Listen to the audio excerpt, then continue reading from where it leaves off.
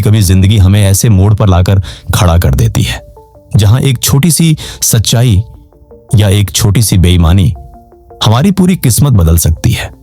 यह कहानी है रामलाल की, एक गरीब मजदूर की, जिसकी ईमानदारी ने उसे वो दर्जा दिलाया जो शायद करोड़पति भी खरीद नहीं सकते। रामलाल रोजाना सुबह 5 बजे उठकर शहर के बड़े बाजार में रिक्शा खींचने निकल जाता।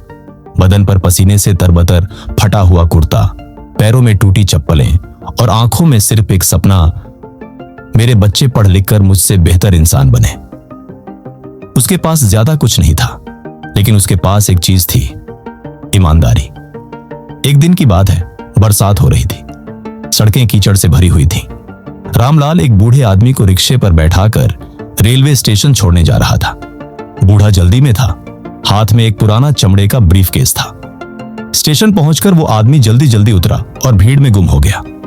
रामलाल ने किराया लिया और जैसे ही उसने रिक्शा साफ करने के लिए देखा, उसकी आंखें ठहर गईं।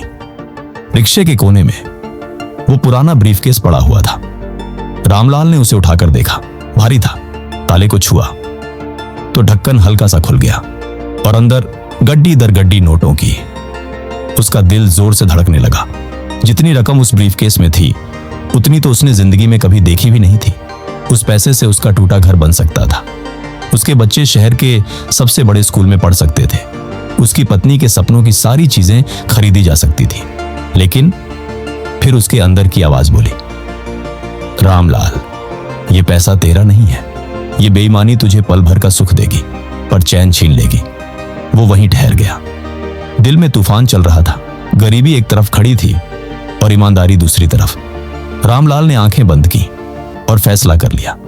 वो ब्रीफकेस लेकर स्टेशन भागा। भीड़ इतनी थी कि उस बूढ़े को ढूंढ पाना नामुमकिन था। घंटों तक वो ढूंढता रहा, पसीने से लथपथ, भूखा प्यासा। आखिरकार स्टेशन के अनाउंसमेंट स्पीकर पर उसकी नजर गई। वहां एक बूढ़ा खड़ा था, घबराकर कुछ बोल रहा था। वो वही आदमी था। रामलाल दौड़कर उसके पास गया और ब्रीफकेस बढ़ा दिया। बाबूजी, ये रहा आपका सामान। बूढ़े की आंखों में आंसू आ गए।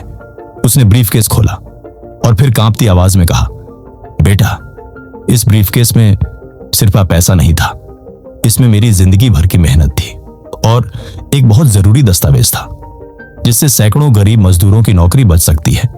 अगर ये खो जाता तो ना जाने कितनों का घर उजड़ जाता। रामलाल चुप रहा। उसकी आंखों में संतोष था। बूढ़े ने जेब से कुछ पैसे निकालकर देने चाहे, लेकिन रामलाल ने हाथ जोड़ दिए। बाबूजी, मैं मजदूर आदमी हूं, पसीने से कमाकर खाऊंगा, पर किसी का हक कभी नहीं लूंगा। बूढ़ा उसे बस देखता रहा, मानो किसी फरिश्ते को देख रहा हो। कुछ महीनों बाद उसी बाजार में एक बड़ी कार आकर रुकी। उसमें से वही बूढ़ा उतरा, लेकिन इस बार उसके हाथ खाली नहीं थे।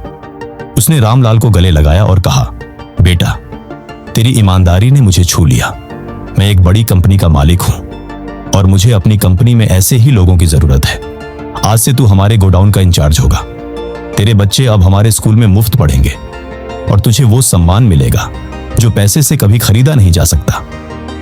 रामलाल की आंखों में आंसू आ गए। जिंदगी भर जिसने गरीबी को गले लगाया था, उसी गरीबी ने उसे महानता की ऊंचाइयों तक पहुंचा दिया। उस दिन उसने समझा, ईमानदारी सिर्फ एक आदत नहीं है, ये एक ताकत है, एक कर्म है जो कभी खाली नहीं जाता।